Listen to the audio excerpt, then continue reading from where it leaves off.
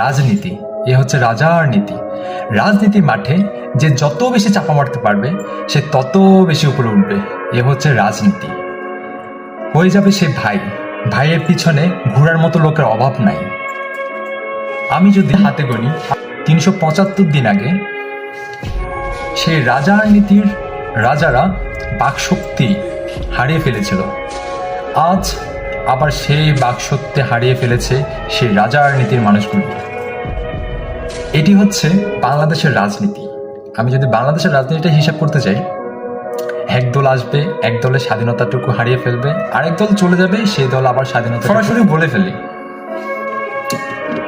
জিয়ার সৈনিক বলে একটা স্লোগান ছিল, সে জিয়ার সৈনিক বলে স্লোগানটা যখন দিত আজ থেকে 375 দিন আগে, ঠিক এভাবে ধরে উপরে নিয়ে চলে যেত।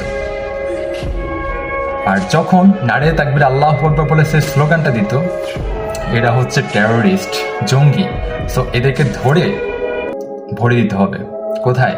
জেলখানায়। ঠিক আজ 2025 সালে এসে যারা জয় বাংলা স্লোগান দিচ্ছে তাদেরকে ঠুস করে ধরে টুপ করে ভরে দিচ্ছে। আমরা কি পারি না সকল দল মত নির্বিশেষে সকল দল একসাথে হয়ে এই দেশটাকে গড়তে, এই দেশের রাজনীতিটাকে পরিবর্তন করতে?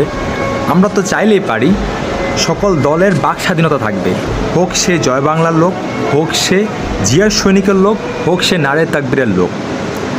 কারণ যেই দেশে প্রত্যেকটি দলের বাক স্বাধীনতা থাকবে সেই দেশ তখনই গণতান্ত্রিক দেশ হিসাবে গণ্য হবে।